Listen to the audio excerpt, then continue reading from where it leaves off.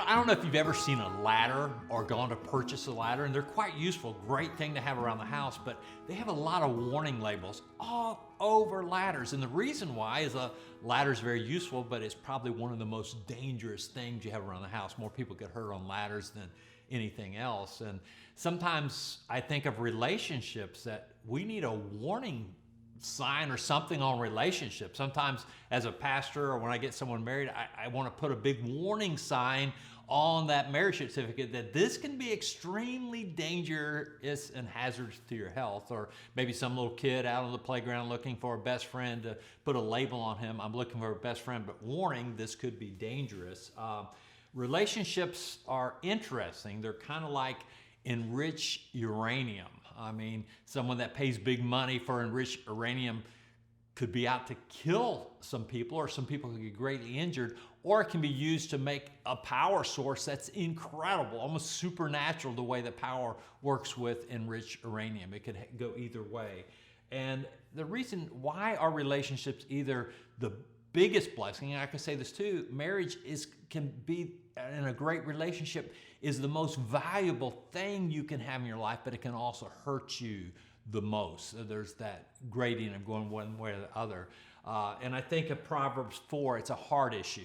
You know, guard your heart with all issues, because it affects you more than anything else.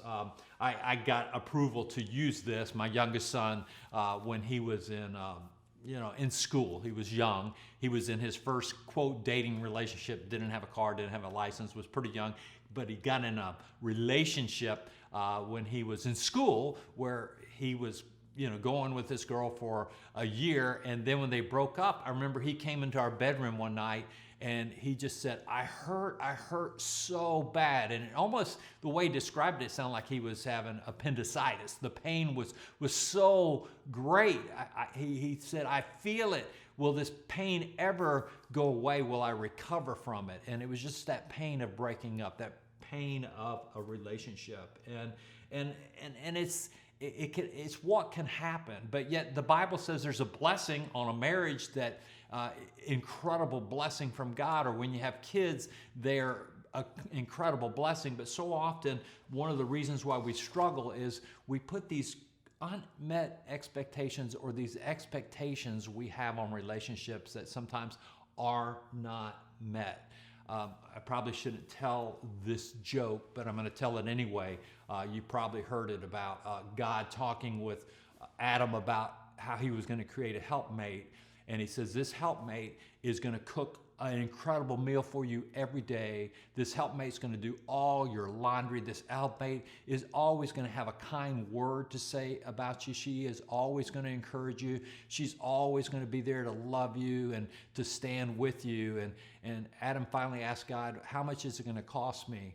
And God said, it's going to cost you your right arm. And Adam's response was, what can I get for a rib? And so often we have these incredible expectations that our mate's going to be this way, or this friendship is going to be there whenever I need it. Or my husband, he's going to meet all my needs and be romantic, and he's going to just be the most caring person, never say a cruel word, always be there ready to help me, ready to wake up in the middle of the night to listen to me for hours about something that's troubling me. And sometimes when those expectations don't meet our standards, there can be a lot of anger or depression. And pretty much the same thing. Anger attacks, depression goes inward and attacks ourselves. Or, we can put a lot of shame or guilt on someone because they haven't met expectations. I think a question we need to ask sometimes ourselves is, we're so quick to judge other people for not meeting our expectations, but sometimes look at ourselves, am I meeting any expectations of the person that's depending upon me? But the truth is, I look at it, maybe a couple that's pre-marriage counseling and they're madly in love, they're, quote, twicker-pated, blind love, everything seems so perfect, is to make them aware and be aware myself is that my mate or my good friend, there is no way on God's green earth that they can meet all my needs. They cannot be everything to me. They're not perfect. I am not perfect. And that's why this verse that we threw out here for the small groups, Hebrews 12:14, starts off, make every effort to live in peace with everyone and be holy. And I think we need to involve God in our relationships. We need to involve God's peace. Holiness seems so far removed because it's not in us, but we get it from God's presence. I love Ecclesiastes. It says a three-pronged cord is not easily broken. And I think of a cord or a strand or a rope, and it has its strength, but it's deliberately wound tightly together with other strands to become strong. And we need God so much in our relationship. I know I need God. My capacity to love, my family, or to love a good friend, or to love my wife, especially when you're in close proximity, is hard to do during quarantine or when you're in close quarters.